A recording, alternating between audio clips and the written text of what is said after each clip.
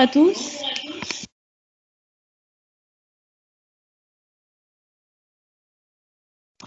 Bienvenue à la conférence qui est organisée par la commission parenthèse et aussi qui est co-organisée avec HUI Alumni et le Career Center.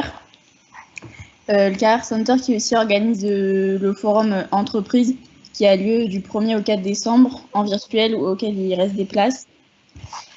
Alors aujourd'hui, la conférence, elle va se porter sur l'agriculture de demain. On a la chance d'avoir 3 intervenants avec nous, Romain Drémaud, Maxime Noir et Thomas Lemaire, qui vont parler chacun leur tour. Si vous avez des questions, n'hésitez pas à les poser dans le chat. On les posera à la fin.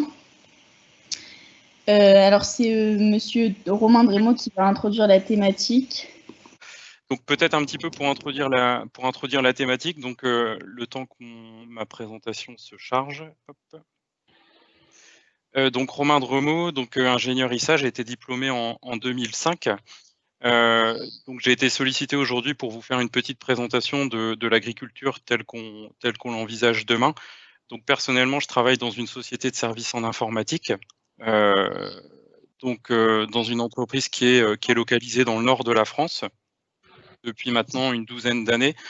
Mon métier, c'est de comprendre les besoins des utilisateurs, donc des agriculteurs qui sont sur le terrain, qui œuvrent chaque jour dans leur exploitation, et de transposer ça en fait en outils informatiques de sorte à les assister dans le pilotage de leur quotidien et dans le pilotage de leur exploitation. Alors, je vais juste partager mon écran en même temps.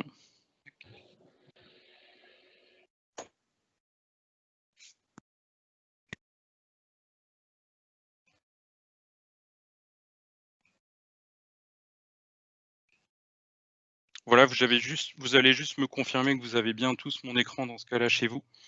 Oui, c'est bon. Oui. Ok, parfait. Donc mon entreprise Synelia, si on la présente brièvement, donc on est localisé à Douai, donc c'est une entreprise qui a une trentaine d'années maintenant, faite par les organisations professionnelles agricoles des départements du Nord-Pas-de-Calais et de la Picardie. Donc on est historiquement présent dans le Nord, mais on a une action en fait qui permet aujourd'hui de réaliser des logiciels informatiques pour toute la France, très concrètement. Notre activité, elle est essentiellement donc à destination des outils des organisations professionnelles agricoles avec une forte spécialisation dans la filière élevage. Aujourd'hui, on est entre 40 et 50 salariés, donc actuellement c'est 43, mais ça peut osciller comme dans toute SS2I. On a un chiffre d'affaires qui est relativement conséquent en développement informatique. Nos principales activités, c'est du conseil et de l'assistance en fait auprès des agriculteurs et auprès des entreprises agricoles. On fait de la conception de logiciels et on fait de l'hébergement de données et d'outils. Alors pour vous présenter brièvement, on est membre d'un réseau qui s'appelle France Informatique, Élevage et Agriculture. Donc c'est un réseau qui est composé au niveau français de 6 entreprises comme celle dans laquelle je travaille.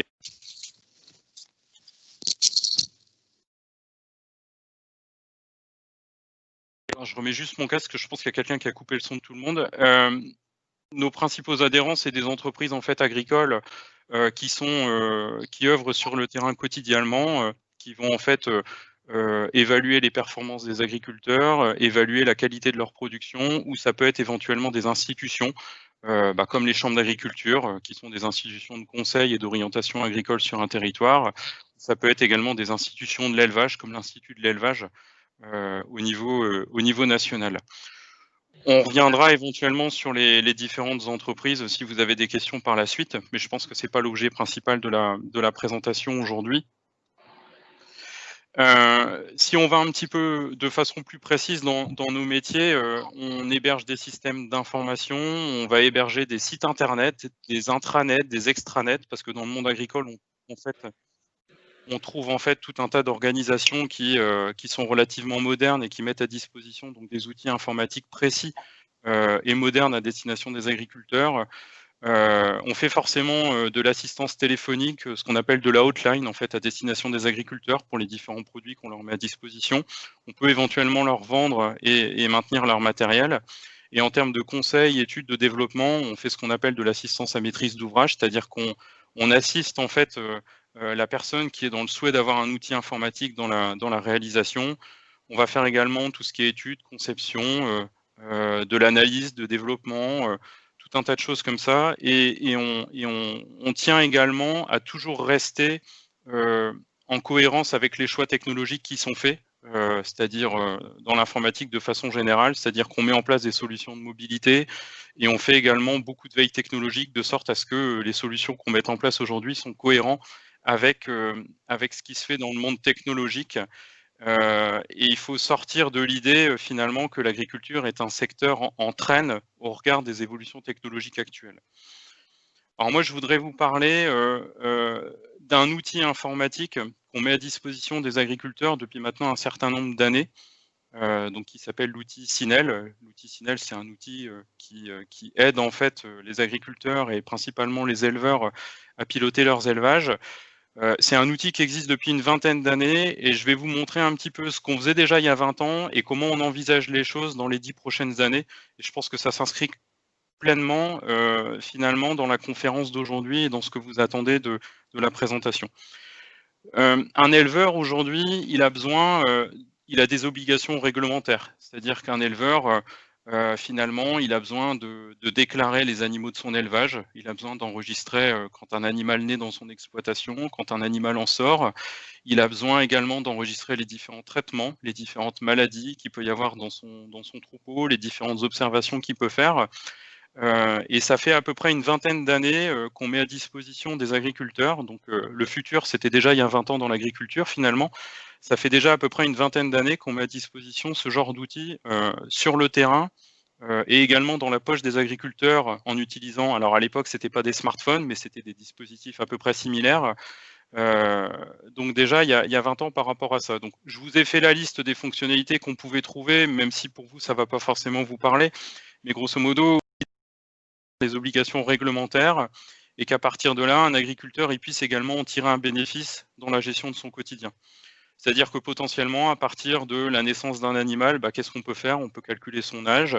On sait qu'à partir d'un certain âge, l'animal, on peut avoir un suivi particulier au regard de sa croissance, au regard de sa reproduction, éventuellement au regard de sa vente, etc. Donc on est capable de calculer des indicateurs et on était déjà capable de le faire il y a une vingtaine d'années. On a un certain nombre de bilans, de tableaux, d'outils d'analyse qui vont permettre en fait à l'agriculteur de suivre la performance de ses animaux, aussi bien en termes de production laitière que de production éventuellement de viande. On a tout le volet sanitaire également, où on donne la capacité à l'agriculteur d'enregistrer tout ce qui va se produire dans son exploitation et par la suite de l'assister dans son quotidien avec des alertes. C'est-à-dire qu'un animal aujourd'hui, par exemple, ça a l'obligation d'être vacciné. Les vaccins chez les animaux, c'est comme chez vous, il y a une prise initiale, il peut y avoir un rappel. Vous imaginez bien que quand on gère un troupeau de plusieurs centaines d'animaux, c'est compliqué d'envisager tout ça. Donc on peut avoir des outils de planification qui vont aider en fait l'agriculteur dans son quotidien à ne pas oublier des choses par rapport à ça.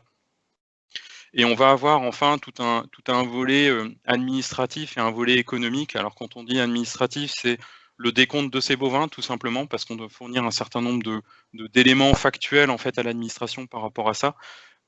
Et en termes économiques, bien entendu, une exploitation agricole, ça reste une entreprise. Il va y avoir en fait un certain nombre de bilans, un certain nombre de tableaux de bord qu'il va falloir sortir pour pouvoir piloter son exploitation quotidiennement. Donc l'agriculture d'hier, c'était déjà tout ça, et ça fait déjà une vingtaine d'années qu'on fait tout ça. Ce genre d'outil, c'est disponible pour les bovins. Alors c'est les vaches, les moutons et les chèvres, dans un jargon un peu plus commun. Et on gère ça également, comme je vous l'ai dit précédemment, par le biais de sites internet ou d'applications mobiles, de sorte à ce que finalement l'agriculteur il ait ses données dans sa poche en permanence en fait. En quelques chiffres, une application comme Cinel, ça représente, donc comme je vous l'ai dit précédemment, 3 espèces.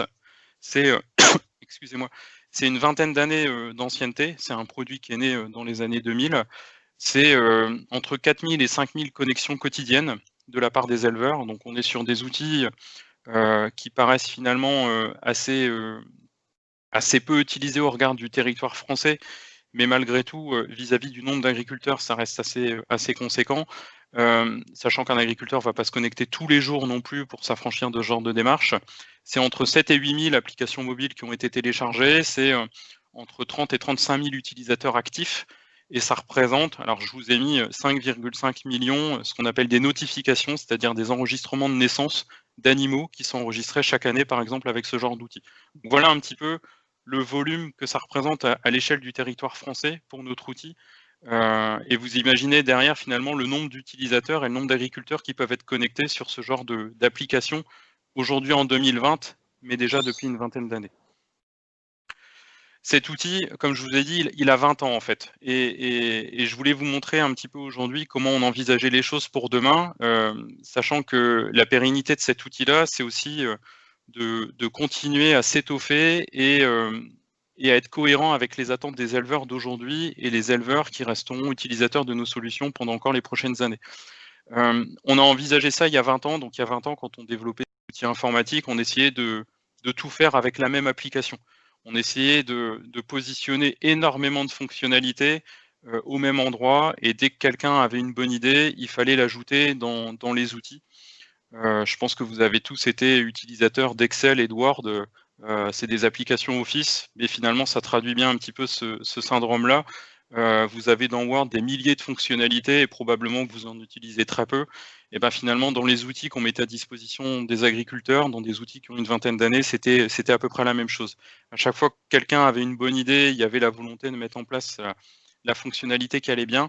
Ce qui fait qu'aujourd'hui, on se retrouve avec quelque chose qui est certes très, très intéressant et très complet, mais malgré tout, on a une espèce d'enchevêtrement fonctionnel avec un empilement de plusieurs couches fonctionnelles et technologiques. Forcément, c'est un outil qui a 20 ans, donc les technos en informatique, elles ont aussi évolué. Et forcément, au bout de 20 ans, on a aussi un certain nombre de personnes qui ont pu travailler sur l'application. Donc, de temps en temps, on peut avoir une petite dette en termes de documentation technique et en termes de documentation fonctionnelle. On a aussi, c'est un produit qui est déployé au niveau national. Il y a 20 ans, on ne travaillait pas comme aujourd'hui, donc on peut avoir à l'heure actuelle plusieurs installations qui sont réalisées sur plusieurs serveurs. Je vous passe un petit peu les détails techniques avec plusieurs équipes qui travaillent.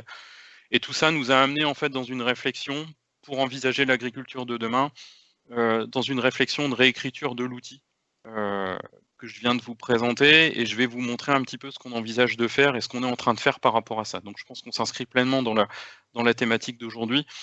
Donc on s'est rendu compte effectivement, comme l'outil était vieux, la maintenance et les évolutions, elles étaient un petit peu complexes. Donc l'objectif, c'est de simplifier tout ça. On s'est rendu compte aussi que maintenir un outil d'une vingtaine d'années, finalement, ça permettait peu de personnalisation à l'agriculteur. Ce qu'on attend aujourd'hui d'un outil, c'est qu'il soit adapté à notre contexte d'utilisation, c'est qu'il soit par rapport à ce qu'on a envie de faire. Donc on attend finalement de repersonnaliser un petit peu plus les choses. Et on demande aussi aux outils d'être de plus en plus interactifs. Donc ça, je pense que ça se verra dans les présentations qu'on aura juste après. Mais l'idée d'un outil informatique, c'est qu'il puisse s'interconnecter avec tout ce qu'on a. Vous le voyez bien avec votre téléphone portable. Aujourd'hui, vous avez une multitude d'applications qui sont installées dessus. On en a de plus en plus qui sont capables de communiquer entre elles. Dans les outils professionnels et dans les outils agricoles, informatiques, c'est un peu la même chose en fait de ce qu'on va attendre.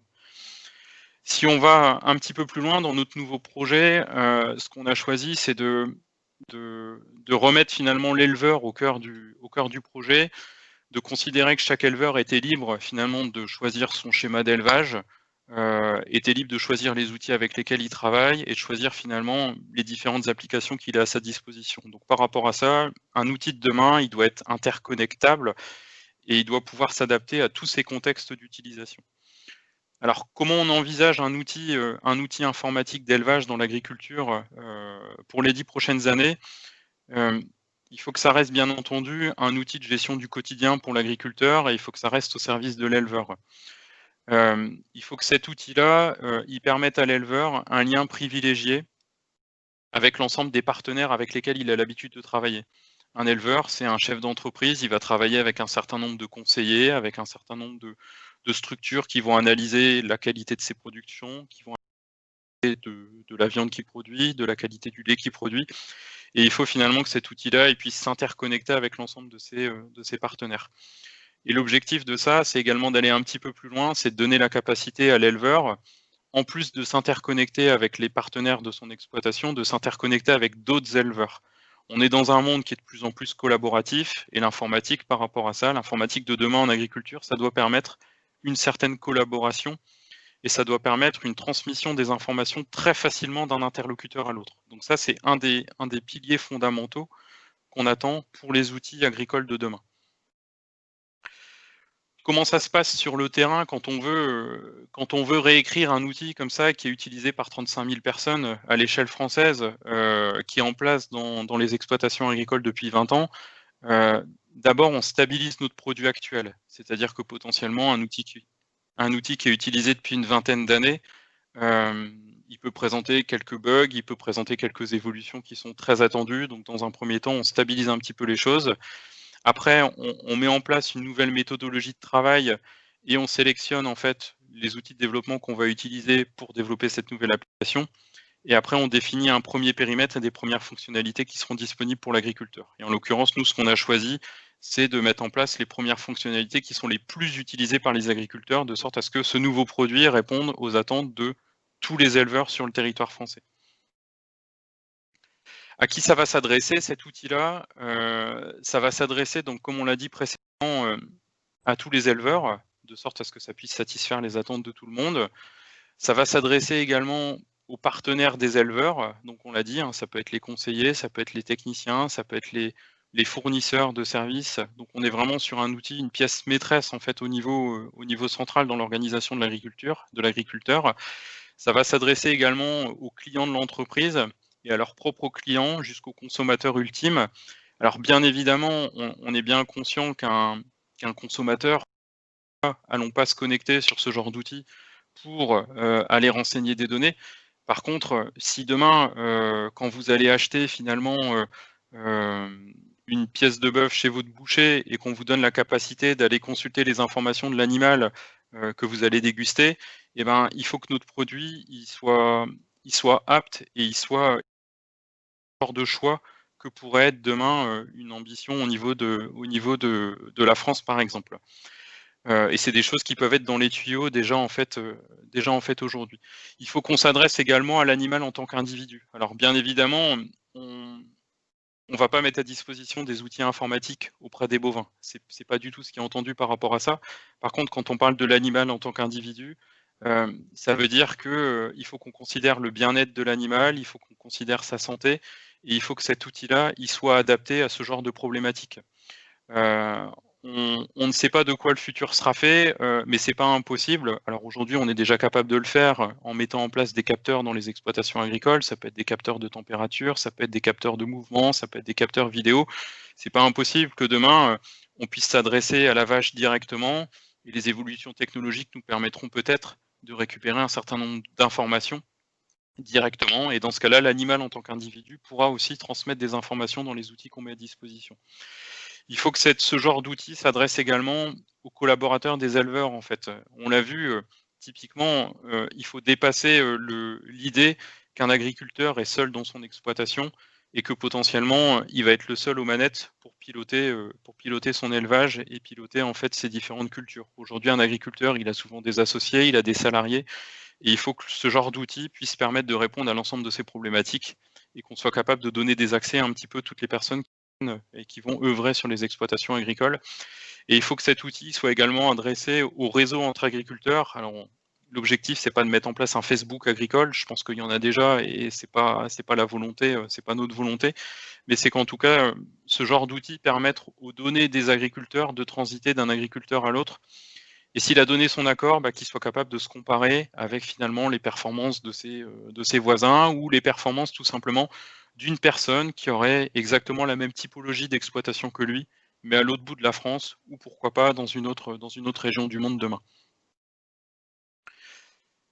Un outil informatique en agriculture, à quoi il doit ressembler, quelle personnalité on doit lui donner? L'outil informatique de demain, il doit être intuitif, il doit être accessible, il doit être ergonomique, mais il doit être ludique. Un outil, s'il n'est pas ludique, il n'est pas utilisé. Alors, ludique, c'est pas dans le sens, on va pas cacher des jeux dans les applications qu'on va mettre à disposition des agriculteurs, je pense que c'est pas forcément ça, mais il faut que ce soit un minimum joli et un minimum intéressant quand on va l'utiliser dans son quotidien. Comme on l'a dit précédemment, il faut que les outils de demain soient personnalisables, C'est-à-dire qu'il faut que ce soit paramétrable par l'utilisateur, il faut qu'il puisse visualiser toutes ces informations dans différents formats, avec des graphiques, avec des tableaux, mais qu'en tout cas, la représentation des données qu'il va avoir à sa disposition corresponde finalement à ce qu'il attend et à ce qu'il a envie au moment où il en a besoin. Il faut que ce genre d'outil ce soit utilisable par tous. Alors quand on dit par tous, c'est quel que soit notre niveau de compétence en informatique. Vous avez la chance de faire partie d'une génération qui est née avec l'informatique. La génération de nos parents qui sont encore actifs aujourd'hui, c'est pas forcément le cas. Et dans l'agriculture, ça l'est de temps en temps, pas forcément non plus. Donc il faut que ce soit facile à utiliser et dans tous les cas, il faut que ce soit utilisable par toutes les personnes qui seront amenées en fait à interagir avec l'informatique en agriculture. On l'a dit précédemment, il faut qu'on ait des supports d'utilisation qui soient multiples. Un outil professionnel, ça doit permettre d'accéder à ces informations en permanence. Qu'on ait ou non une connexion réseau. Alors en ville, on a de la 4G à tous les coins de rue. Dans le monde rural, c'est pas forcément le cas. Donc en fait, il faut qu'en absence de connexion, on puisse quand même avoir accès à ces informations.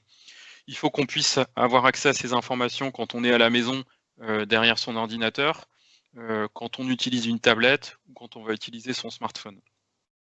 Et enfin, il faut que ce soit un outil qui soit évolutif, c'est-à-dire qu'il faut s'adapter à l'ensemble des utilisateurs. Donc, comme on l'a dit précédemment, ça peut être les agriculteurs, ça peut être des techniciens, ça peut être les stagiaires qui sont dans des exploitations ou autre chose.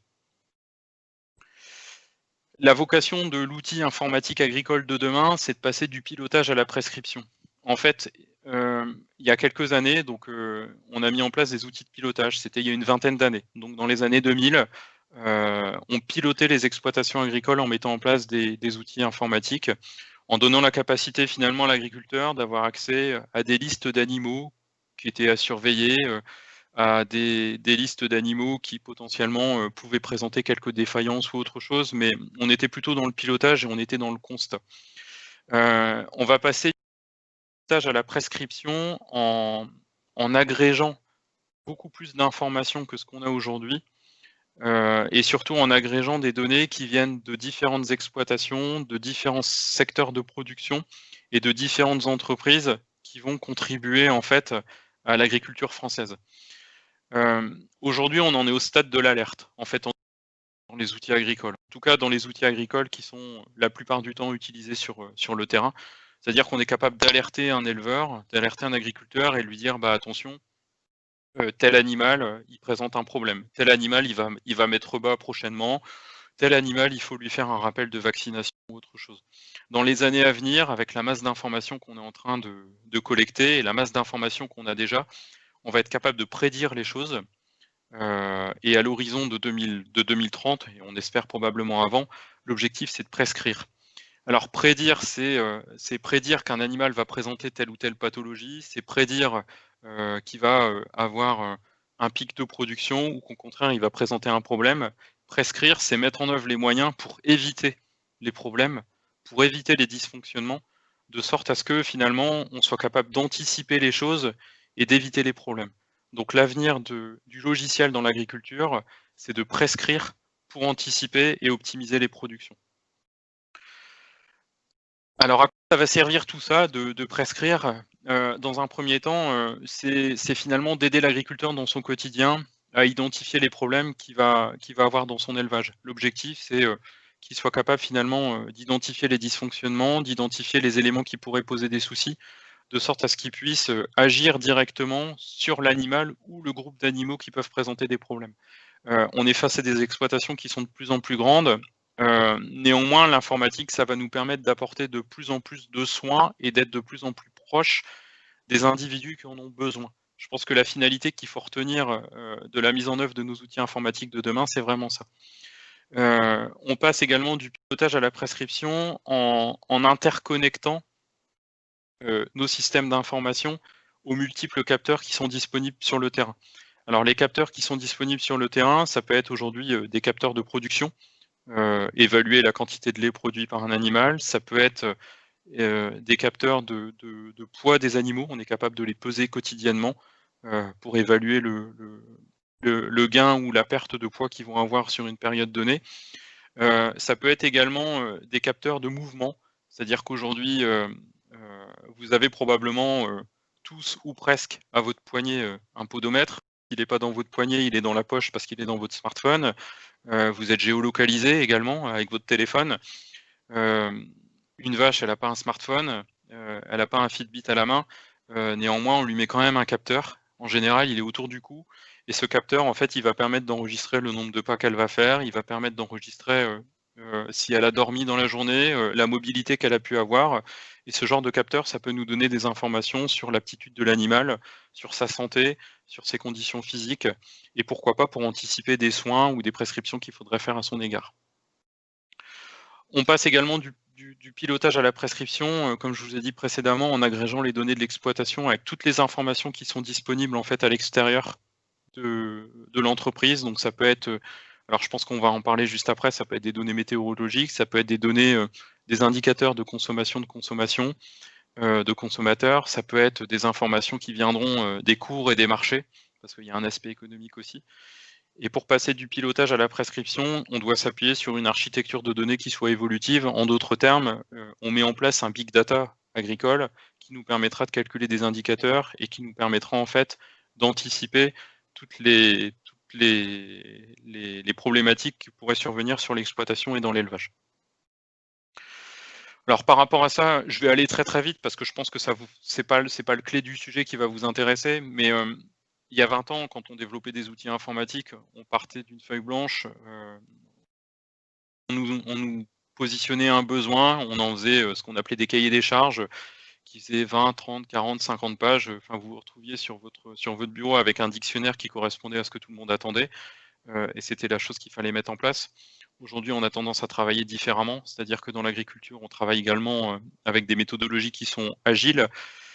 Agile parce que ça nous permet d'être plus réactifs et attentifs aux besoins des utilisateurs. On va cartographier leurs besoins, on va rédiger des scénarios d'utilisation, on va mettre en place également des processus itératifs de déploiement de versions, c'est-à-dire qu'aujourd'hui dans l'agriculture, les outils qui sont mis en place font l'objet d'une multitude de versions, non pas par jour, non pas par an ou par mois, mais plutôt par jour, c'est-à-dire qu'on corrige les problèmes et on déploie en temps réel. Tout ça, ça s'appuie sur des technologies Microsoft potentiellement qui sont dans le cloud. Donc on part sur de l'hébergement qui est mutualisé et puis qui est hébergé dans les nuages, comme on dit. On a des outils de suivi de projet, d'intégration de développement et d'hébergement d'applications qui sont 100% dématérialisés et hébergés à l'extérieur. On va utiliser des technologies qui sont extrêmement récentes par rapport à ça. Par exemple, si on devait schématiser l'enregistrement de la naissance d'un animal dans un élevage, aujourd'hui, ça correspond à 10 scénarios d'utilisation différents, c'est une centaine de règles, c'est une quinzaine de maquettes qui ont été élaborées pour déterminer le type d'écran qu'il faut mettre en place. C'est un certain nombre de diagrammes d'activité, donc c'est des processus tels que vous voyez là juste à droite de l'écran qui vont représenter le cheminement de l'utilisateur entre un point A et un point B pour savoir quel chemin dans l'application il va prendre pour enregistrer ces informations. Et c'est à peu près 150 tests qui vont permettre de s'assurer que la fonctionnalité qui a été mise en œuvre, elle correspond bien à ce qui a été attendu par l'agriculteur. En termes d'ergonomie, on est également sur des applications qui sont relativement modernes avec des designs. Donc, tout à l'heure, on parlait de design ludique, mais là, clairement, on s'appuie sur des designs qui sont beaucoup plus ludiques qu'avant. Donc, l'idée, c'est que l'agriculteur, il retrouve sur le tableau de bord de son application les différents widgets, les différentes alertes qui vont lui permettre de piloter son exploitation. C'est également qu'on s'appuie sur des formulaires didactiques, c'est-à-dire qu'on va passer d'une saisie assez monolithique et assez rébarbative à quelque chose qui est organisé et structuré par étapes. Au cours de chaque étape de sa saisie, on va guider l'agriculteur de sorte à ce que finalement cet enregistrement soit cohérent et on va retrouver des messages d'information qui vont lui permettre justement de ne pas faire d'erreurs et d'éviter d'avoir des problématiques déclaratives et administratives dans son exploitation. Et par rapport à ça, enfin, on met en place un certain nombre de tableaux de bord de sorte à ce que l'agriculteur il puisse consulter les informations de son exploitation. Donc on est sur des choses assez modernes également. C'est des genres de tableaux de bord tabulaires malgré tout, mais qui vont lui permettre en fait de filtrer les informations qu'il a à l'écran, de trier, de rajouter des colonnes, d'en retirer, d'avoir des représentations graphiques par rapport à tout ça. Mais l'objectif, c'est que dans tous les cas, l'agriculteur il retrouve sur ce genre d'outils tous les indicateurs et tous les éléments dont il a besoin pour piloter quotidiennement son exploitation. Voilà, j'avais une présentation d'un quart d'heure, 20 minutes à faire. J'espère que j'ai pas trop dépassé, mais l'objectif en tout cas c'était de vous montrer comment on est passé d'un outil informatique qui a une vingtaine d'années à quelque chose de beaucoup plus moderne et comment on envisage les choses pour les 10 prochaines années dans ce genre d'outils mis à disposition des agriculteurs. Voilà. Merci beaucoup pour cette présentation, c'était très clair. Maintenant, c'est monsieur Thomas Lemaire qui va prendre la parole. Oui. Bonjour à tous. Est-ce que vous voyez bien mon écran? Oui. Ouais. Ok, parfait.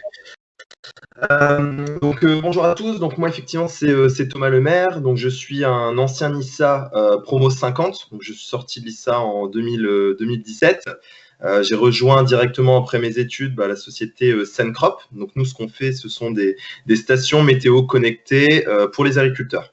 Donc là, l'idée d'aujourd'hui, c'est effectivement de parler de l'agriculture de demain, vous montrer qu'on va de plus en plus vers une agriculture numérique qui sera plus précise et plus résiliente et également plus durable. Alors, qui nous sommes?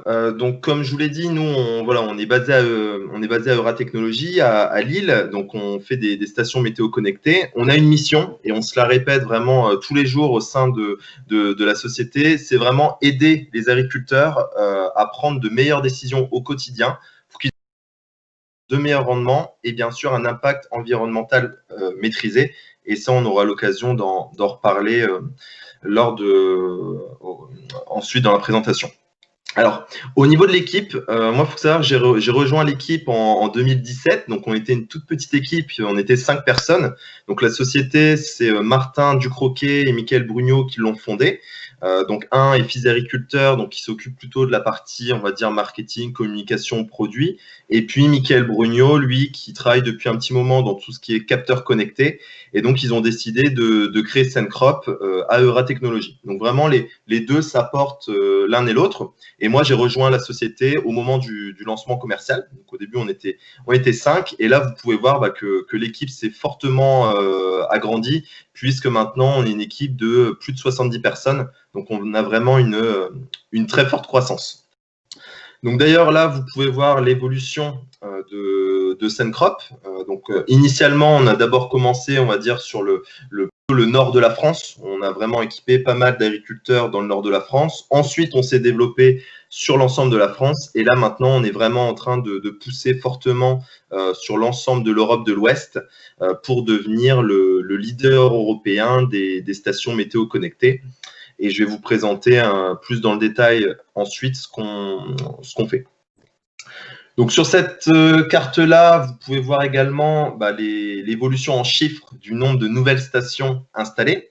Donc il faut savoir que sur l'année 2017, on a installé 1300 nouvelles stations dans les champs.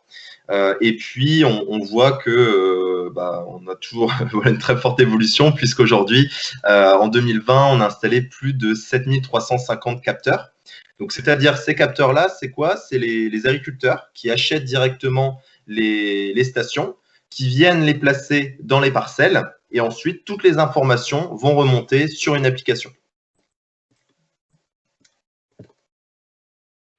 Alors, avant de vous rentrer plus dans le détail sur Sencrop, ce qu'on fait, etc., je voulais d'abord vous repartager quelques chiffres pour vous montrer que aussi l'agriculture de demain, elle a vraiment des gros challenges. On doit vraiment remonter, on a vraiment des gros challenges. Comme vous le savez, la population mondiale, elle continue à augmenter fortement. Hein. Il y aura 2 milliards de personnes en plus d'ici 2050. Donc, ce qui veut dire qu'on devra produire plus pour nourrir plus de personnes. Mais on a la problématique que les terres cultivables, on ne peut pas indéfiniment continuer à les augmenter. Donc, c'est vraiment un défi. Et en plus de ça, on a des contraintes ici, qui sont représentées ici dans cette dernière image. C'est qu'on a des contraintes environnementales de dire aujourd'hui, on veut faire une agriculture plus respectueuse de l'environnement. Et donc, du coup, on va devoir diminuer drastiquement l'utilisation des produits phytosanitaires. Donc, vraiment des très, très gros enjeux. aujourd'hui, l'agriculture connectée, on en parle de plus en plus. On le voit notamment dans les médias. Donc, on voit que les agriculteurs sont de plus en plus connectés. Hein, c'est une nouvelle génération qui est connectée. On voit également que via l'agtech, donc l'agriculture technologique, les agriculteurs arrivent à avoir un vrai retour sur investissement. Et en plus, ils arrivent à avoir plus de sécurité et à se sécuriser dans certaines prises de décision. Et c'est vraiment là où Cencrop, on veut intervenir et les aider là-dessus. C'est sur se sécuriser dans certaines prises de décision. Donc toujours quelques chiffres très rapidement, c'est pour vous montrer un peu le taux de pénétration de l'agtech dans les exploitations françaises. Aujourd'hui, ce qu'on constate, c'est qu'il y a plus de 8 agriculteurs sur 10 qui utilisent Internet quotidiennement pour leur métier. Donc ils sont vraiment connectés. Également, ils mettent de plus en plus de budget dans ces nouvelles technologies, environ 3 000 € alloués aux nouvelles technologies. Ils utilisent de plus en plus ces nouvelles technologies, environ 67% des agriculteurs les utilisent. Et donc, quand on voit ces 67%, ce que je vous ai représenté sur cette slide-là, et l'investissement, hein, donc les plus de 3 000 €, donc on voit que c'est sur différents équipements. Hein, parfois, ça va être sur du tracteur équipé d'un GPS, sur des caméras, sur des stations météo connectées, sur de l'image satellite, sur des capteurs dans l'élevage, comme on a pu le voir juste avant. Donc, tout un tas de nouvelles technologies que les agriculteurs utilisent aujourd'hui. Donc voilà, c'était pour vous donner quelques chiffres, les big pictures aujourd'hui de l'agtech. Alors, quand on a créé Cencrop, on est parti d'un constat. Donc, c'est aussi ce constat que je voulais faire. C'est qu'aujourd'hui, pour un agriculteur, la météo, c'est quelque chose de primordial. Je veux dire, c'est la donnée de base pour un agriculteur dans son quotidien. Et aujourd'hui, un agriculteur, s'il ne sait pas exactement, précisément ce qui s'est passé sur ses parcelles, ça va engendrer une perte de temps. Donc forcément, il va aller faire son tour de plaine, il va aller voir ce qui se passe. Tout ça, c'est une perte de temps. Ces ressources vont plutôt être mal optimisées. Quand je ne sais pas exactement les conditions que j'ai sur mes parcelles, je vais parfois faire des traitements qui ne sont pas forcément nécessaires, ou j'aurais pu potentiellement adapter les doses, les réduire parce que je suis dans de bonnes conditions. Et ensuite, on se rendait compte également que l'agriculteur aujourd'hui, il doit avoir de plus en plus de traçabilité, de plus en plus de suivi agronomique, notamment pour avoir certaines certifications. Je pense notamment à des producteurs de pommes de terre, par exemple, qui vont vendre leurs pommes de terre à McCain, McDo, ils vont devoir justifier de certaines, ils vont devoir avoir certaines justificatifs et dire moi j'ai dû faire tel traitement à tel moment parce que c'était nécessaire. Donc vraiment ils ont besoin de plus en plus de traçabilité et c'est vraiment pour ça que Cencrop, on a décidé de créer une application accessible à tous, c'est important de le dire, interactive, c'est ce qu'on voyait aussi dans la présentation juste avant avec Romain, on a besoin que ce soit interactif, on a besoin que ça puisse se connecter avec différents acteurs, et ça, vous le verrez juste après. Et donc concrètement, le fait d'avoir de la data ultra locale dans ses parcelles, le fait de pouvoir consulter ça, l'agriculteur, ça va lui permettre d'améliorer son organisation, de savoir, tiens, c'est à tel moment qu'il faut que j'aille dans telle parcelle faire telle intervention. Ça va également donc l'aider à raisonner ses pratiques. Donc c'est ce qu'on voyait tout à l'heure. On leur demande de réduire les utilisations de produits phytosanitaires, notamment. Quand on connaît exactement les risques maladies, on peut vraiment traiter que au bon moment et faire vraiment du chirurgical là où avant c'était pas forcément le cas. Et ensuite, améliorer sa performance, c'est pareil sur toutes les autres interventions. Hein. Quand je vais faire un semis, quand je dois irriguer, il faut que je sache exactement ce qui s'est passé sur mes parcelles. Donc vraiment, l'idée, c'est d'optimiser les pratiques afin aussi de se sécuriser dans les rendements, donc dans les récoltes. Alors quand je dis raisonner ces pratiques, l'application, elle va vraiment aider les agriculteurs, alors à la fois sur les proliférations de maladies, aussi quand est-ce qu'il faut réguler certains ravageurs. Ils doivent également, c'est ce que je vous disais juste avant, il y a l'interdiction de certains produits phytosanitaires, donc il faut leur donner des solutions, il faut les aider, les agriculteurs. Et il y a également de plus en plus de problèmes au niveau du déficit hydrique, au niveau de donc, les aider au niveau de l'irrigation. Donc par rapport à toutes ces problématiques, Sencrop, ce qu'on propose, donc ce sont ces capteurs-là. Donc il y a différentes mesures. Hein. Il y a notamment la pluie, la température, l'hygrométrie, le vent, également un capteur d'humectation, donc qui est capable de dire est-ce que ma feuille est mouillée ou pas. Donc est-ce qu'il y a un risque de maladie. Donc, il faut savoir que toutes ces stations-là, elles sont assemblées donc, dans le nord de la France. Donc, dans l'équipe que je vous ai présentée tout à l'heure, on a différents pôles. On a notamment ce qu'on appelle le pôle hardware, donc une équipe d'ingénieurs. Donc, il y a d'ailleurs des ICEN hein, dans l'équipe qui ont voilà, conçu ces stations et qui les améliorent vraiment au quotidien. Je vais passer rapidement, mais c'est aussi ce que disait tout à l'heure Romain. Aujourd'hui, on a des nouvelles technologies donc, qui permettent que ces stations elles puissent communiquer un peu partout. Donc, on utilise un opérateur qui s'appelle Sigfox. Pour vous expliquer très rapidement ce que c'est Sigfox, c'est l'équivalent en fait de la 0G. Donc, c'est-à-dire que vous voyez ce que c'est la 4G, bientôt la 5G. C'est vraiment des réseaux qui permettent d'envoyer des gros paquets d'informations très rapidement, mais qui sont consommateurs d'énormément d'énergie. Et ben, les réseaux bas débit, ils prennent vraiment l'inverse de ça. C'est-à-dire que c'est des réseaux 0G qui permettent simplement d'envoyer des petits paquets d'informations toutes les 15 minutes. Avec ces réseaux-là, on ne pourrait pas envoyer d'images ou de grosses quantités d'informations. Mais si vous voulez, c'est parfait pour l'utilisation qu'on en a. Parce que la couverture, elle est vraiment optimale. Et du coup, un agriculteur, il peut mettre sa station directement dans les champs. Ça va communiquer partout. Je n'ai pas besoin d'avoir la 4G, la 5G. Et en plus de ça, ça va consommer très peu d'énergie. Donc, ce qui fait que la pile, la batterie que vous avez dans la station, elle va vraiment avoir une durée de vie de 2 à 3 ans, ce qui est intéressant. Donc ça, c'est vraiment ces réseaux bas débit qui permettent aussi l'expansion de ces nouvelles technologies. Et les produits sont également géolocalisés. Hop. Alors ça, c'est une petite slide également que je voulais vous introduire. Ce qu'il faut savoir, c'est que dans l'équipe, comme je vous le disais, on a la partie hardware, donc qui ont pour but de concevoir les stations.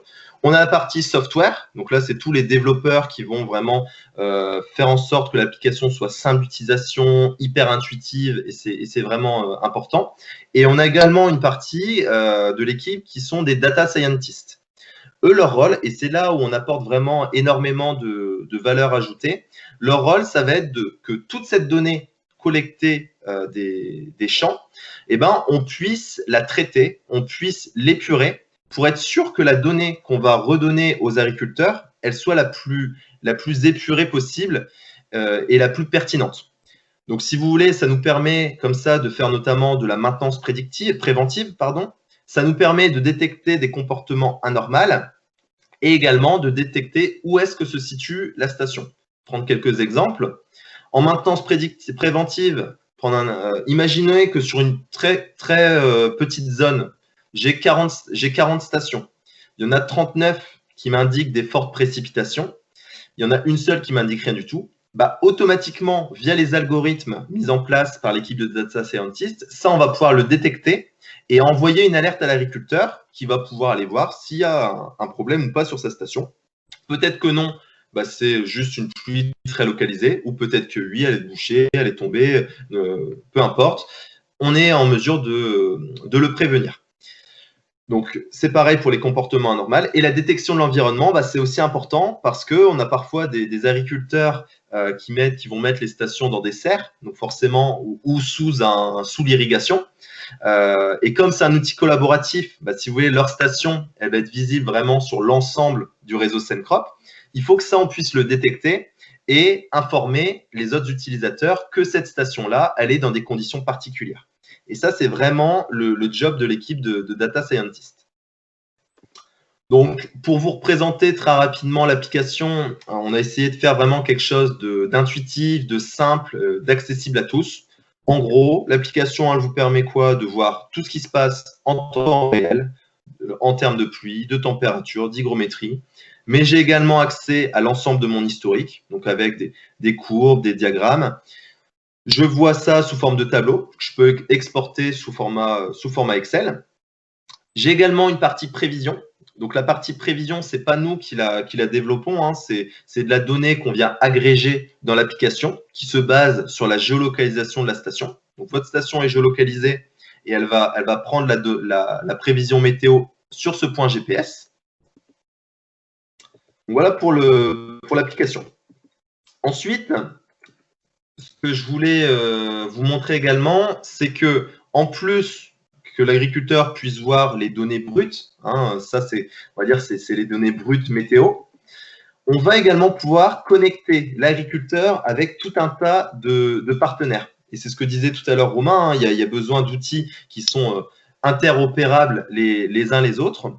Et ben en fait, l'agriculteur, ce qu'il peut faire dans la plateforme Sencrop, il peut dire, moi, les données de ma station, je veux qu'il remonte dans un OAD. Donc, un OAD, c'est un modèle agronomique, un outil, ce qu'on appelle un outil d'aide à la décision, qui va aider l'agriculteur. Donc, concrètement, je suis un agriculteur, bon, très bien, hein, j'ai mes données météo de ma parcelle. Je veux savoir, est-ce que j'ai un risque maladie? Est-ce qu'il faut que j'aille traiter, par exemple, mes pommes de terre?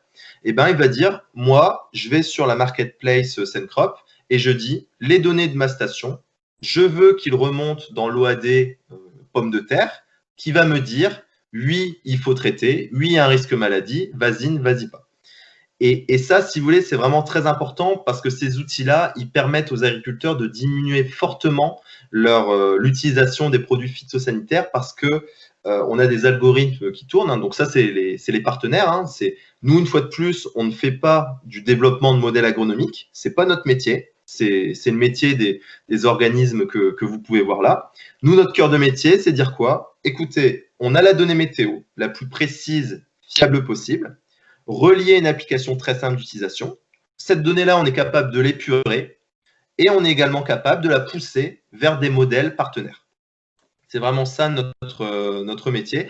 Et l'application, elle permet vraiment de mettre en relation, du coup, un agriculteur avec un fournisseur de modèles agronomiques.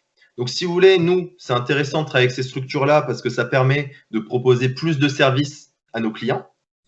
Et inversement, ces personnes-là, ces organismes-là sont intéressés de travailler avec nous parce que Sencrop, aujourd'hui, c'est une plateforme où il y a plus de 15 000 agriculteurs. Donc, ça leur donne de la visibilité également.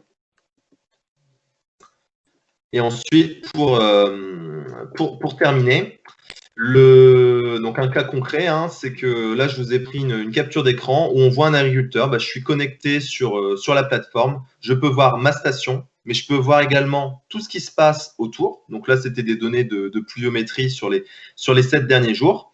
Et tout ça, ça permet vraiment de mettre en relation à la fois les agriculteurs entre eux, mais également les conseillers ou les administrateurs de groupements qui vont aider, qui vont faire du conseil agronomique auprès de leurs agriculteurs. Donc vraiment, la plateforme elle a pour but de créer un écosystème et de mettre en relation tout le monde. Voilà. C'est tout pour moi. Donc n'hésitez pas si vous avez des questions. Et puis bon, on aura l'occasion d'en discuter à la fin, je pense. Mais comme vous avez vu, on est en pleine expansion, on est en plein développement. Donc il y a énormément d'offres d'emploi qui vont être à pourvoir, également énormément de stages dans tous les domaines, hein, que ce soit dans le milieu agricole, dans le domaine du hardware, dans le domaine du software, dans le domaine du produit.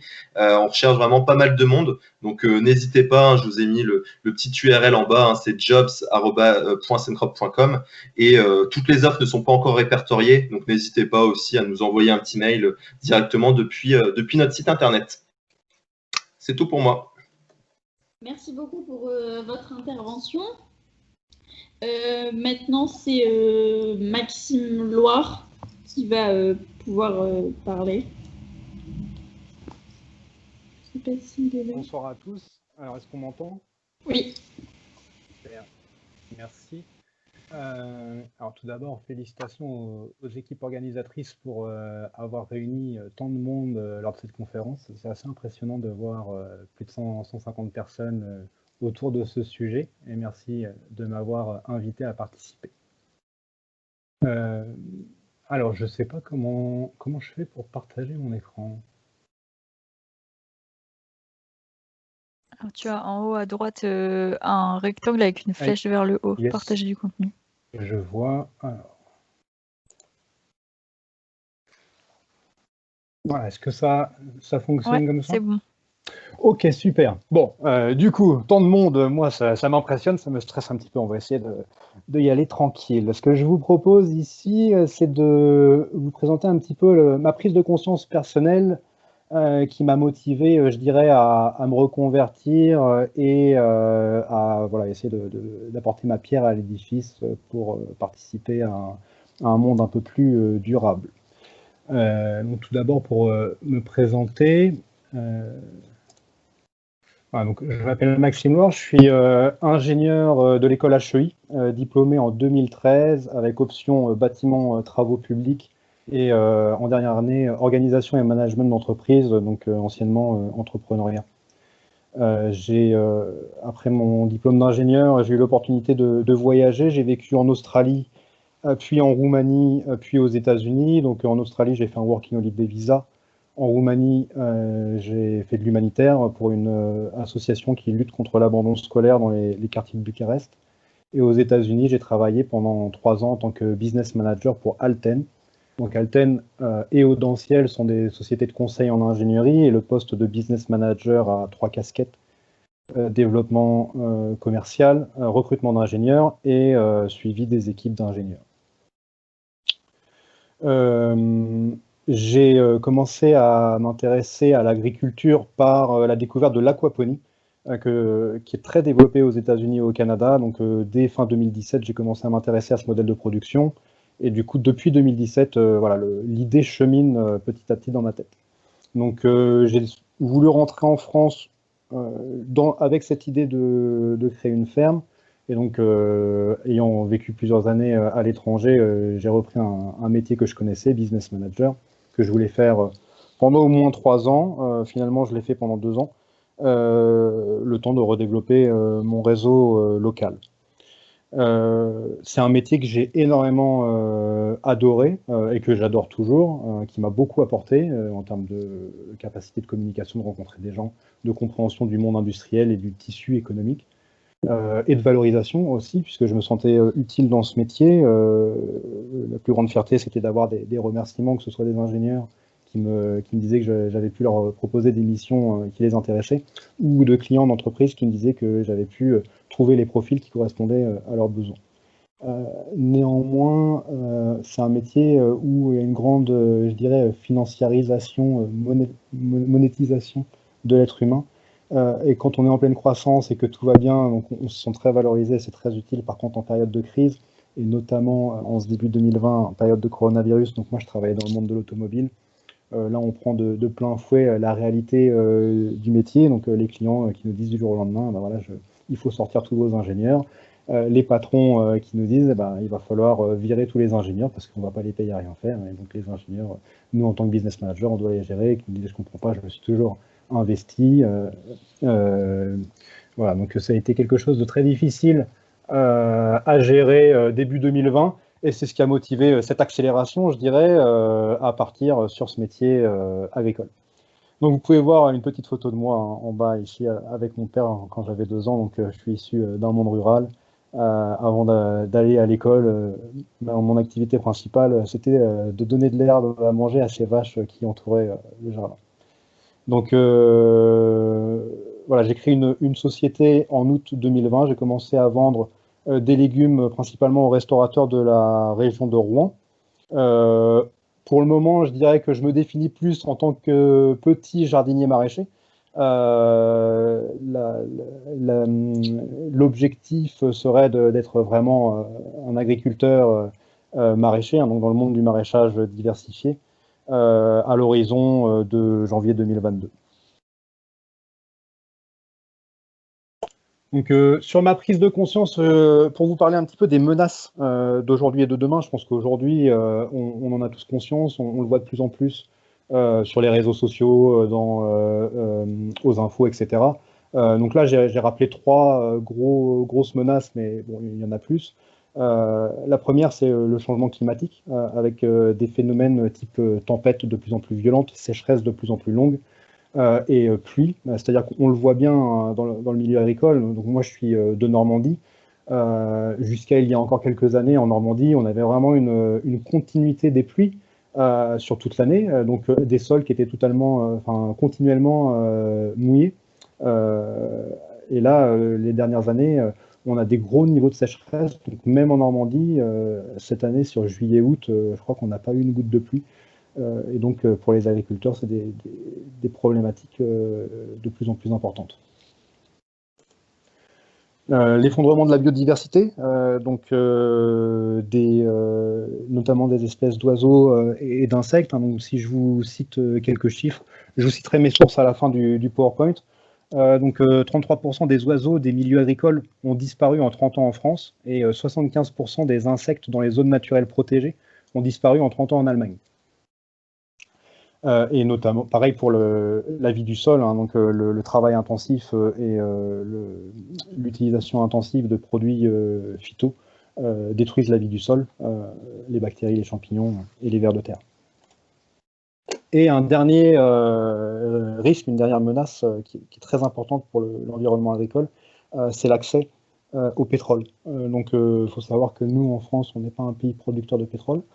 Et notre modèle agricole est 100% dépendant du pétrole. Donc autant pour la production, l'utilisation des tracteurs, pour les produits intrants qui demandent énormément de pétrole, que ce soit les engrais en azote, en phosphore, mais aussi les produits phytosanitaires, et pour les transports, puisque aujourd'hui l'agriculture est de plus en plus décentralisée, avec des très grandes productions qui peuvent être loin du consommateur.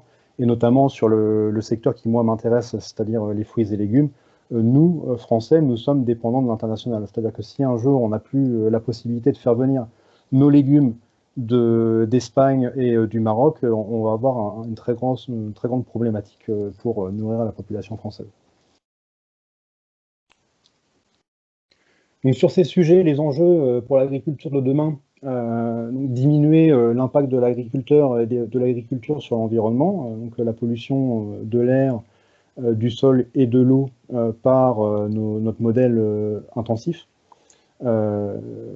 La destruction des habitats, donc pareil, notre modèle agricole, par exemple la nourriture de nos bovins et de beaucoup de nos animaux qui sont élevés en France, et à base de soja qui est produit au Brésil. L'augmentation de la taille des parcelles amène à la destruction des arbres et des haies en France, qui sont les habitats des oiseaux et des insectes. Et pareil, la destruction des sols amène à un besoin de plus en plus important en eau, puisque les sols morts ne peuvent pas retenir l'eau qui s'écoule, et notamment, encore pire, une eau pleine d'engrais et de produits chimiques qui retourne aux nappes phréatiques.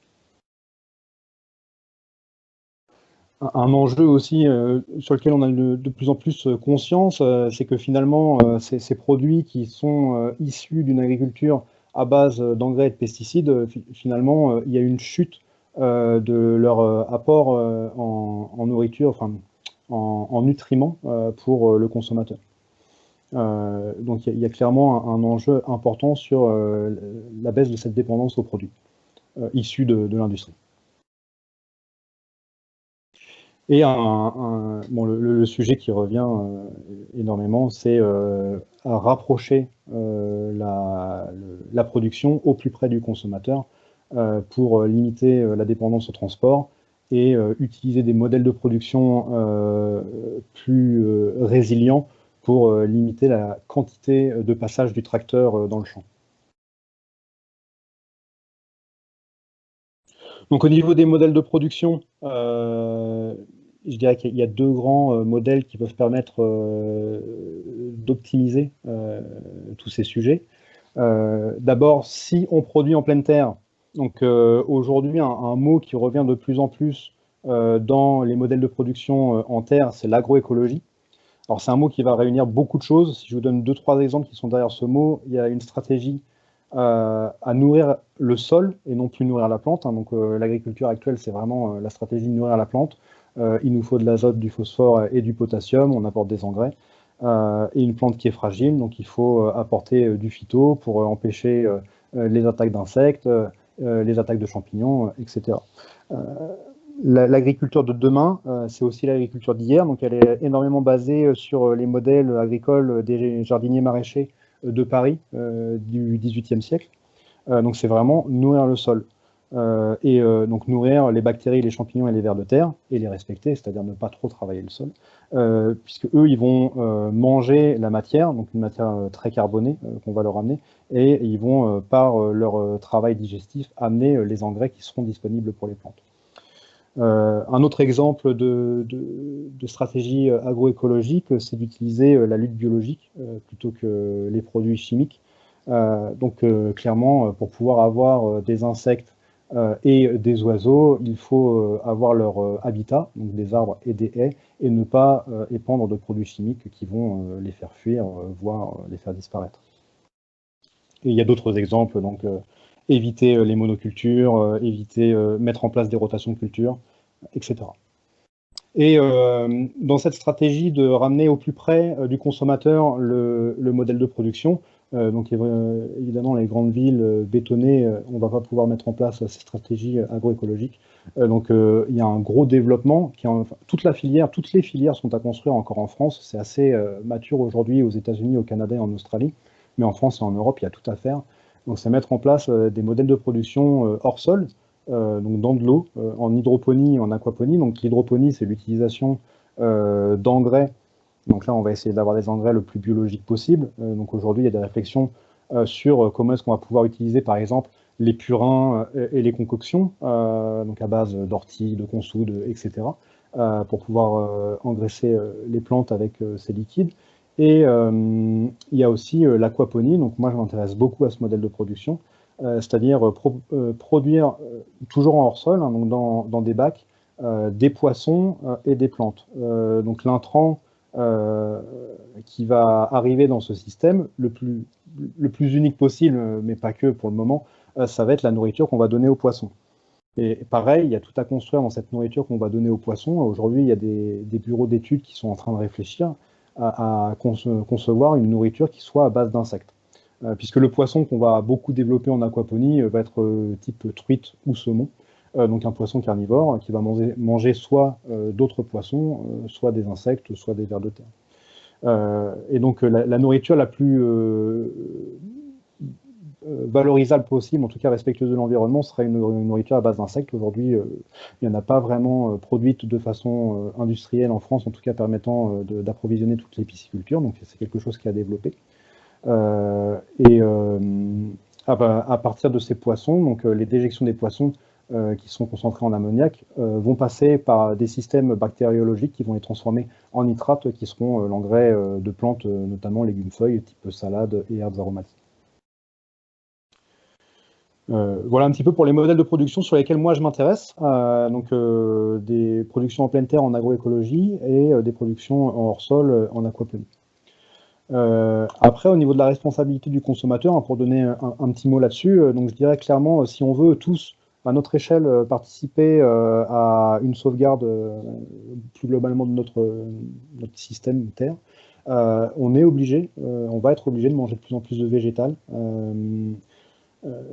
Clairement, notre modèle agricole qui est très orienté sur l'animal est très destructeur et les conséquences, plus on tarde à partir sur une alimentation plus végétale, plus les conséquences seront difficiles à transformer, puisqu'il y a quand même une grande résistance, hein, il va falloir un certain nombre d'années pour remettre en vie les sols et pour séquestrer du carbone, hein, donc notamment une stratégie dans la production végétale, dans la séquestration du carbone dans la terre, qui nous permettra de décarboner notre atmosphère. Donc voilà, le végétal, c'est vraiment très important, il faut diminuer notre dépendance au carnet. consommer le plus localement possible et consommer des produits qui sont de saison. On a une responsabilité à vérifier d'où viennent nos produits. Donc l'idéal, c'est d'acheter directement aux producteurs. Mais sinon, aujourd'hui, je pense que dans toutes les villes, les métropoles, les mégalopoles en tout cas de France, on a accès à des nouveaux systèmes qui nous permettent d'être plus ou moins directement en relation avec le producteur, donc type des AMAP ou la ruche qui dit oui. Et il y a de plus en plus de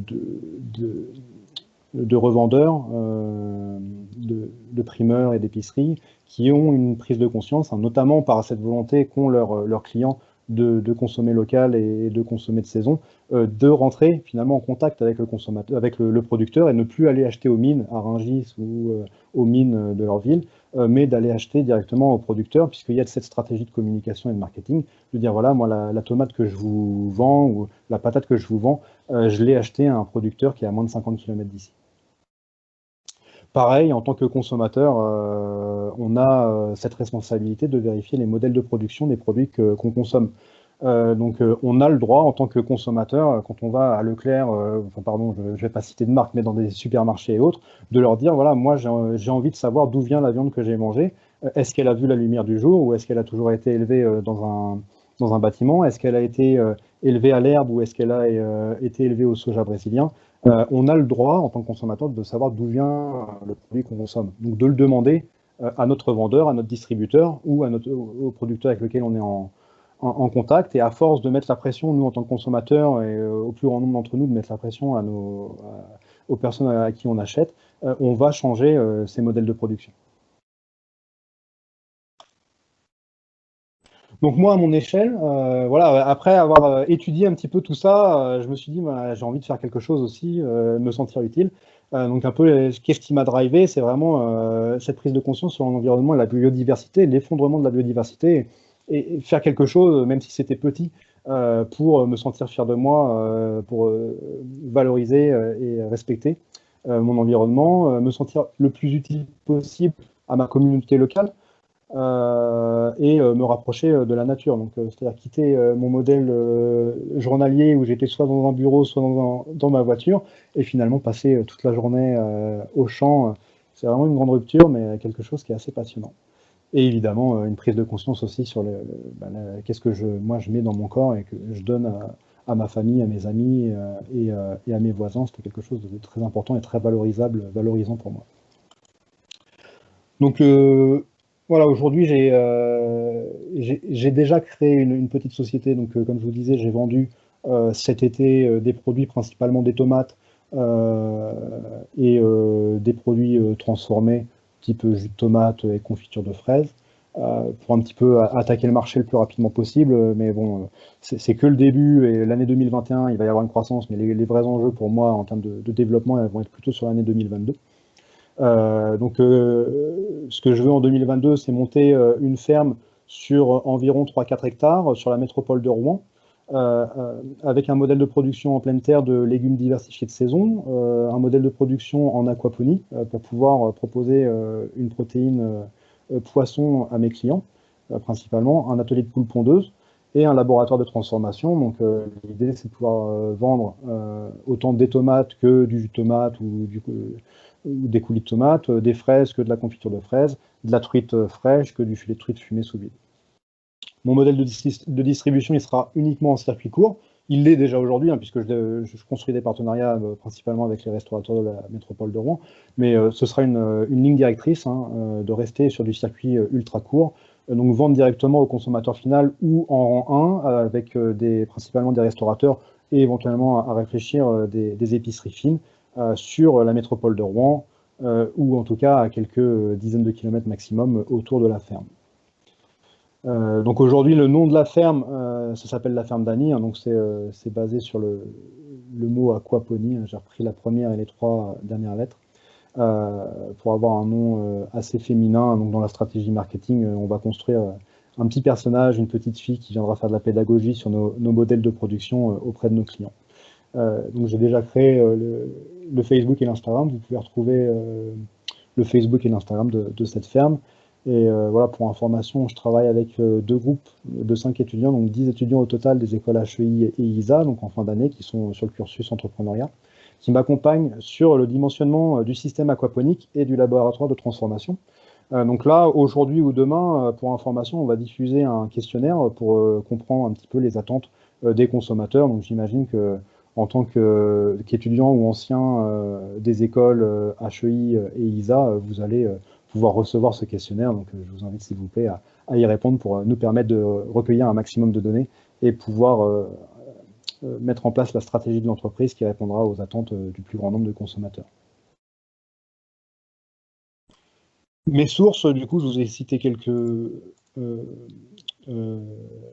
informations, mais si vous voulez aller plus loin, en tout cas pour une prise de conscience sur les enjeux pour le monde agricole, je vous invite à lire ce livre qui a été écrit par les Greniers de l'Abondance qui s'appelle La résilience alimentaire, et sur une prise de conscience sur les risques liés au pétrole et au carbone. Je vous invite à creuser tout le travail qui a été fait par le Shift Project et Jean-Marc Jancovici. Si vous vous intéressez au modèle de production agroécologie, vous pouvez aller voir, il y a énormément de vidéos sur YouTube qui ont été faites par 2 chaînes, Maraîchage Sol Vivant et Vers de Terre Production. Je vous remercie de m'avoir écouté et je suis à votre entière disposition pour répondre à toutes vos questions éventuelles.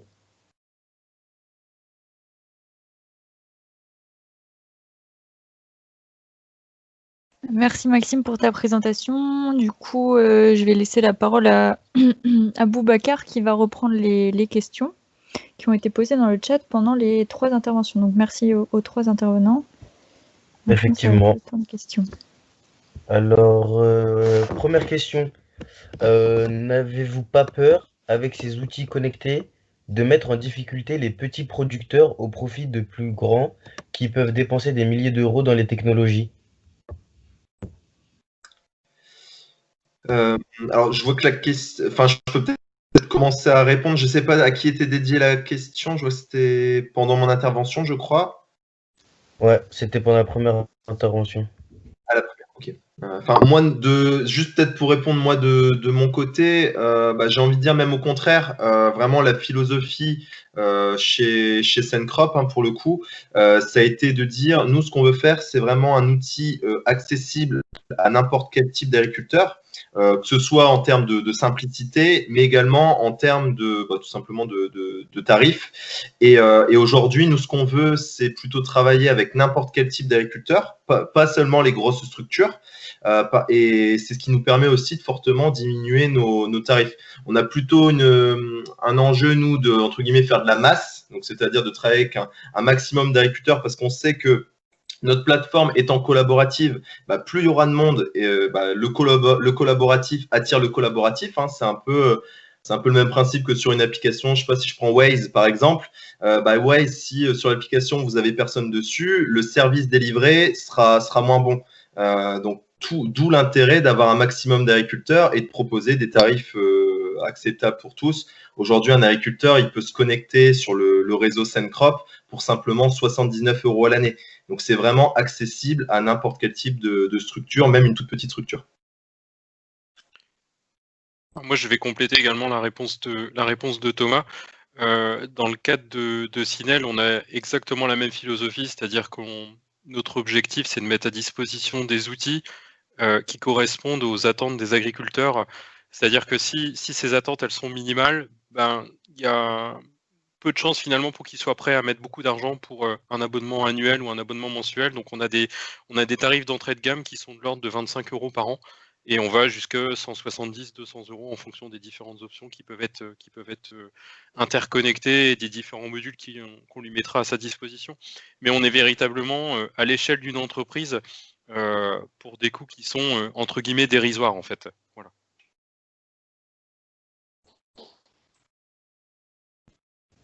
Ok, d'accord. Merci pour vos réponses. Ensuite, une question pour Thomas Lemaire. En quoi l'accumulation de toutes ces données va permettre de faire face aux problématiques du dérèglement climatique? Le stress hydrique est de plus en plus important et les réponses actuelles atteignent déjà leurs limites. Oui, alors c'est pas une question facile. Alors effectivement, avec le dérèglement climatique, ce qu'on constate, c'est que déjà il y a de plus en plus d'agriculteurs qui irriguent, que ce soit dans le sud de la France, mais maintenant même au nord de la France. Donc on a quand même de plus en plus d'irrigants. Donc nous, j'ai envie de dire, on va pas résoudre le problème de A à Z, mais on peut déjà intervenir à notre échelle. L'idée, nous, c'est de déjà fournir à l'agriculteur le maximum de données dont il a besoin. Voilà, savoir exactement ce qui se passe sur ses parcelles et pour lui permettre d'irriguer au bon moment et aussi de faire ses tours d'eau au bon moment. Si ça peut lui permettre parfois d'espacer un petit peu plus ses tours d'eau, c'est aussi bien bon pour la planète que bon pour le portefeuille de l'agriculteur. Donc nous, voilà, à notre échelle, j'ai envie de dire, on va intervenir à ce niveau-là, de permettre à l'agriculteur de faire ses interventions, donc ici, dans ce cas concret, l'irrigation, au bon moment. Et via aussi des partenaires. Là, j'ai beaucoup parlé des capteurs, des stations météo. On a également des partenaires avec qui on fait des sondes dans le sol, donc qui permettent vraiment de voir l'évolution de la quantité d'eau dans le sol. Et donc, du coup, encore plus de dire à l'agriculteur, c'est à ce moment-là qu'il faut que tu places ton irrigation. Donc, on va quand même intervenir à notre échelle à ce niveau-là. J'espère répondre à une partie de la question, au moins. Merci quand même. Du coup, une question un peu plus générale. Comment utiliser le talent des ingénieurs au service de la transition?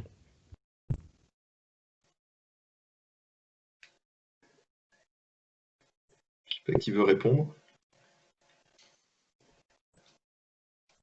C'est très général comme question.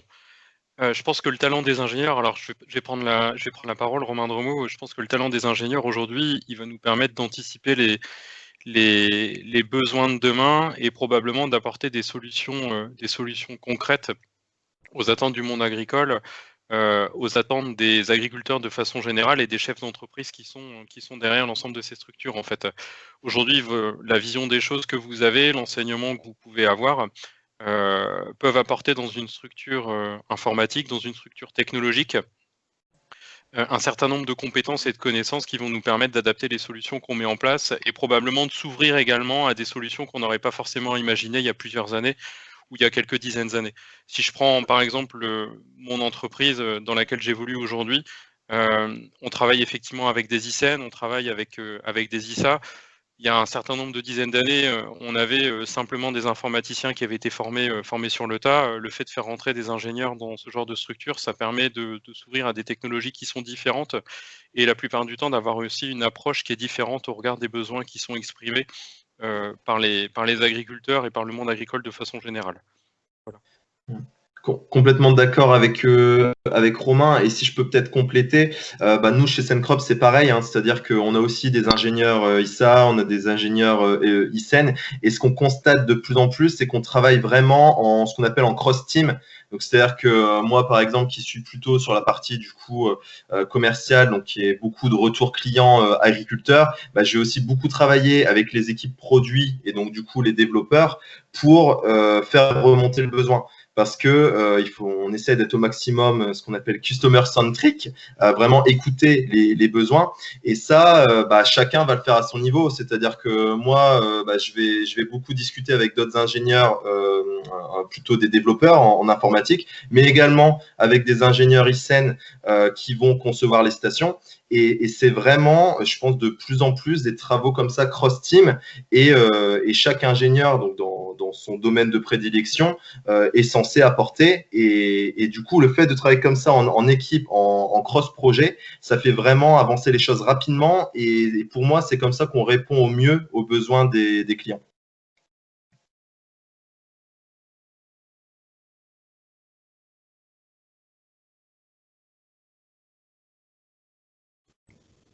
Merci à vous.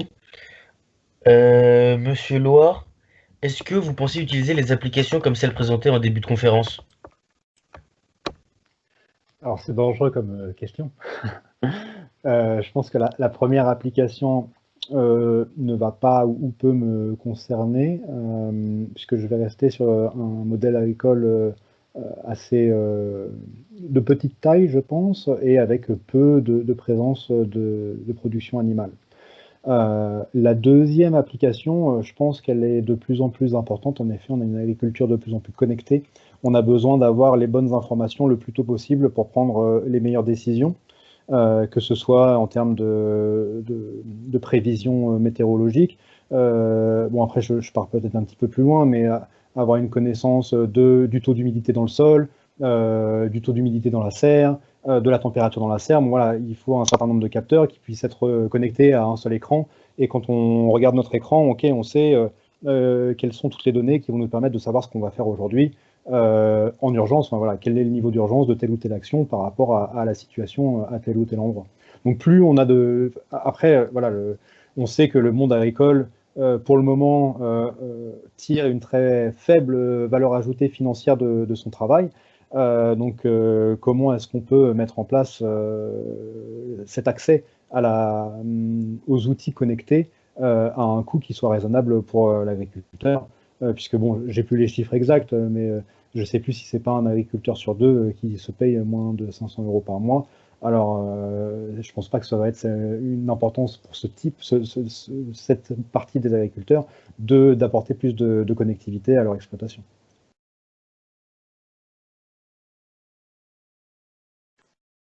Merci à vous. Encore une autre question pour vous. Vous avez évoqué la limite des ressources fossiles. Ne pensez-vous pas que les productions hors sol sont une aberration quand on connaît sa consommation pour l'éclairage ainsi que pour la mise en place des installations? Alors, j'ai pas parlé d'éclairage. En effet, il y a une variable là-dessus, à savoir est-ce qu'on va produire sous lampe ou sous la lumière du soleil. Moi, dans mon positionnement, je vais valoriser au maximum la lumière du soleil. Après, en effet, si on veut produire dans un sous-sol, on va produire sous lampe. Après, du coup, dans tous les cas, il y a la source en énergie. C'est de l'électricité. Donc dans tous les cas, sur un modèle hydroponique ou aquaponique, en effet, il va y avoir de l'électricité. On doit faire tourner une pompe. On doit avoir un système, une lampe UV qui va permettre de filtrer l'eau sur un certain nombre de sujets.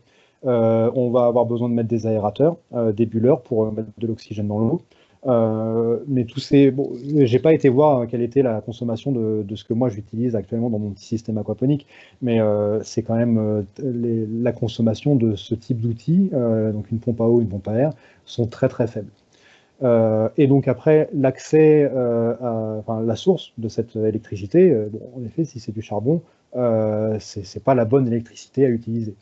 Après, bon, ça n'engage que moi, mais moi je vois un intérêt plutôt dans le modèle nucléaire, qui est en tout cas lié aux conséquences en carbone dans l'atmosphère. Le nucléaire n'émet pas de carbone.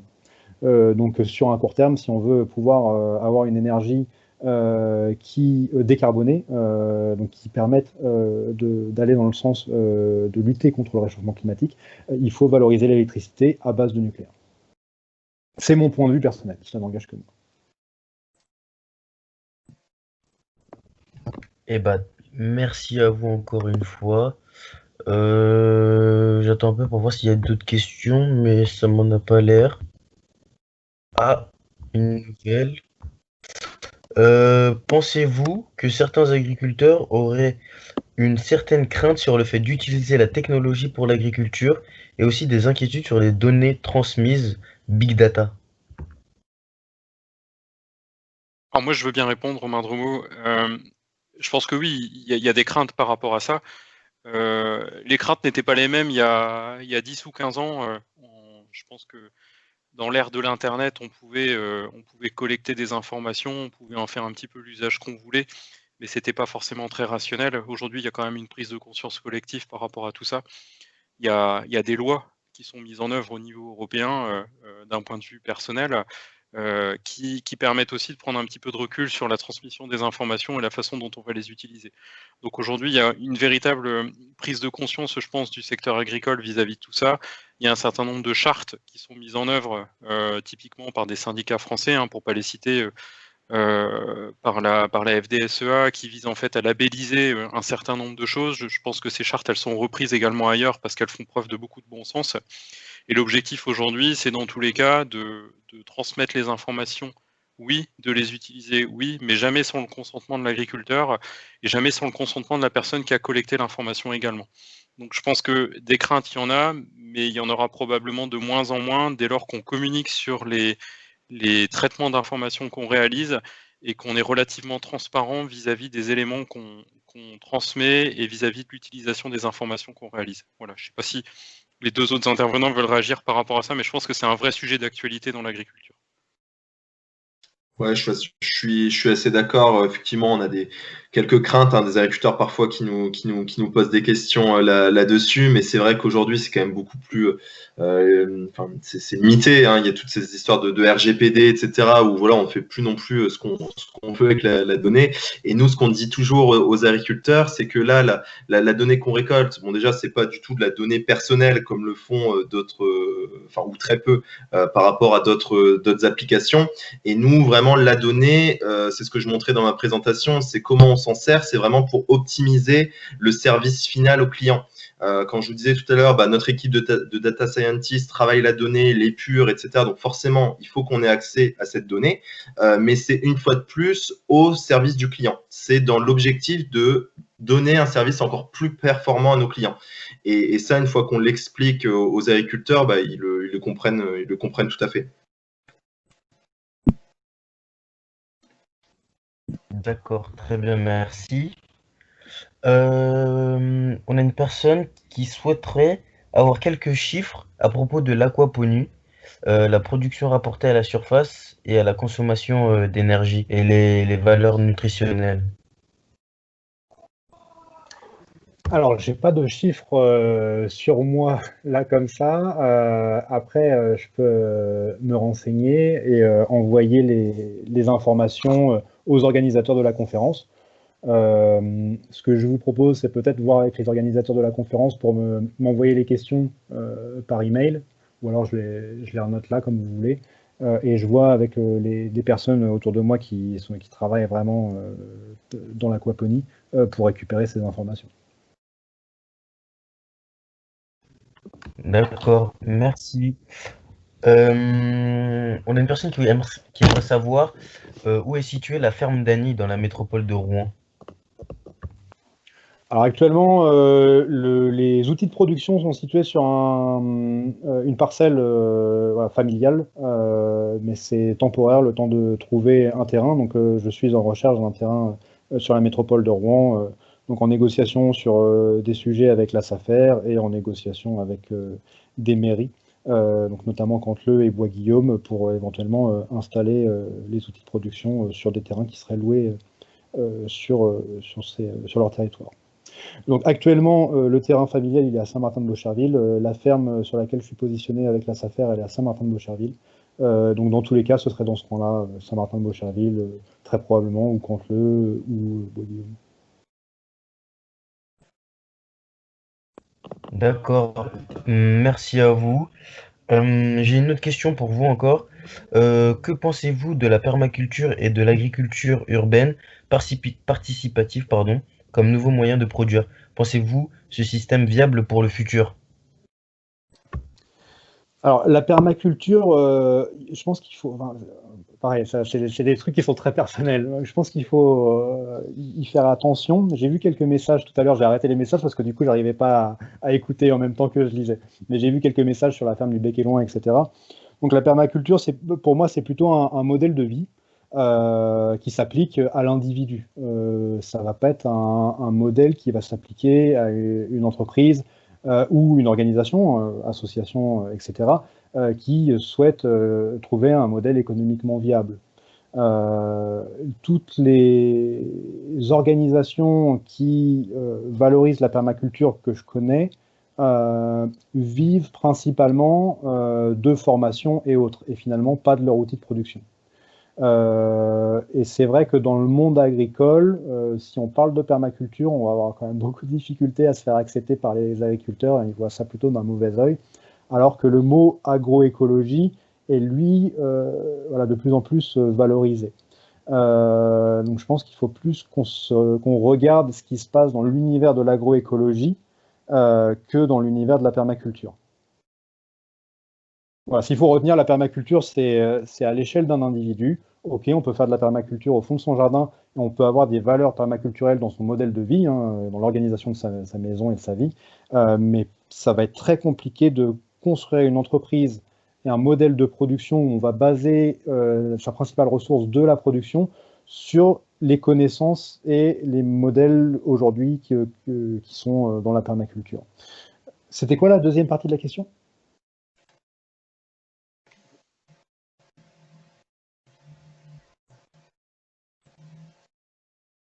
On en a parlé de permaculture, mais je ne sais plus s'il y avait d'autres. Oui, je vous relis la question tout de suite. La deuxième partie, c'est pensez-vous que ce système est viable pour le futur? La permaculture, à l'échelle d'une communauté. Donc, c'est-à-dire que si vous partez dans une communauté, 10, 15, 20 personnes, vous pouvez vivre en autarcie et avoir des modèles de production permaculturels.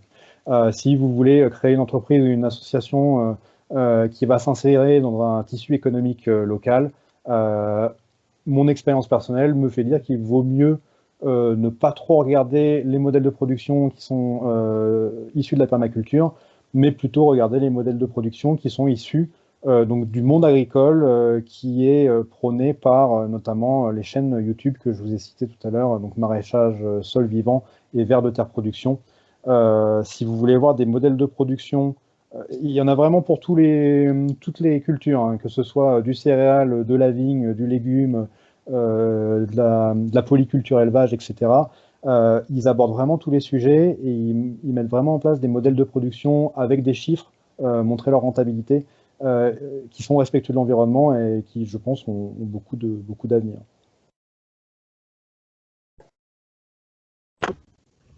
Merci à vous. Du coup, j'ai une dernière question.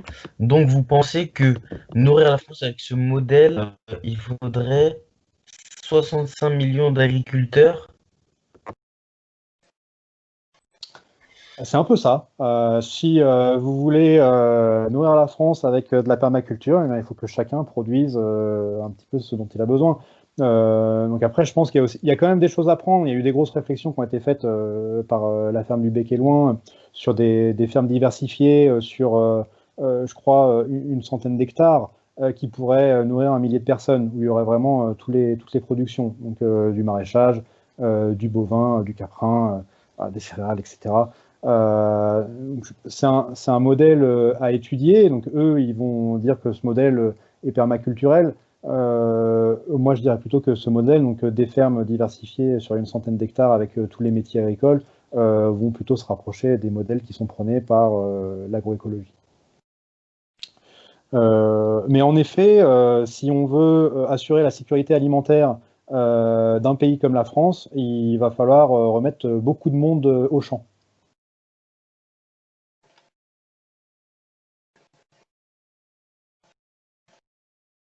Merci Maxime pour ces précisions. Je vais prendre le relais, Mme Sayer d'HEI Alumni. Je vous remercie tous pour votre participation. Je remercie les étudiants de la commission parenthèse, dont Boubacar et Juliette, que vous avez entendu pour l'animation de la conférence, et surtout les intervenants du coup pour vos présentations. Si vous avez plus de questions au niveau des participants, vous pouvez m'envoyer un mail. Je relayerai les questions aux différents intervenants.